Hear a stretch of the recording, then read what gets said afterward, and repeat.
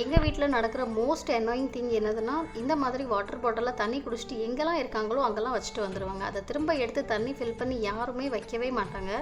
ஃப்ரிட்ஜில் தண்ணி இல்லைன்ட்டு நானாக தேடி அதுக்கப்புறமா எடுத்து அதை ஃபில் பண்ணி வைப்பேன். இவ்வளோ சொன்னாலும் சேஞ்சே ஆக மாட்டாங்க. டின்னருக்கு வந்து சப்பாத்தி அண்ட் சிக்கன் செய்யலான் இருந்தேன். சிக்கன் வந்து நான் ரெஸ்டாரண்ட் ஸ்டைலில் வச்சுருந்தேன். ரொம்ப டேஸ்டியாக இருந்துச்சு. ஒரு சிக்கனை வச்சு எத்தனை ரெசிபீஸ்னாலும் செய்யலாம். எல்லா ரெசிபீஸுமே பயங்கர டேஸ்டியாக இருக்கும். பிகாஸ் நான் வந்து ஒரு சிக்கன் லவர். எனக்கு சிக்கன் எப்படி வச்சாலுமே ரொம்ப பிடிக்கும். டெய்லி சாப்பிட சொன்னாலுமே நான் சாப்பிடுவேன். எனக்கு சிக்கன் அந்த அளவுக்கு ஃபேவரட். இந்த சிக்கன் கிரேவி வந்து நான் ரொம்ப நாளாக செய்யணும்னு நினச்சிட்டே இருந்தேன். பட் இன்றைக்கி தான் அதுக்கு சான்ஸ் கிடச்சிருக்கு. இந்த கிரேவியில் வந்து லாஸ்ட்டில் வந்து கர்ட் ஆட் பண்ணணும். ஒரு 4-5 டேபிள் ஸ்பூன் போல். இந்த கர்ட் தான் ஒரு டிஃப்ரெண்ட்டான டேஸ்ட் கொடுக்கும். இல்லாட்டி இது எனக்கு நார்மலான சிக்கன் கிரேவி பார்த்து தான் இருக்கும்.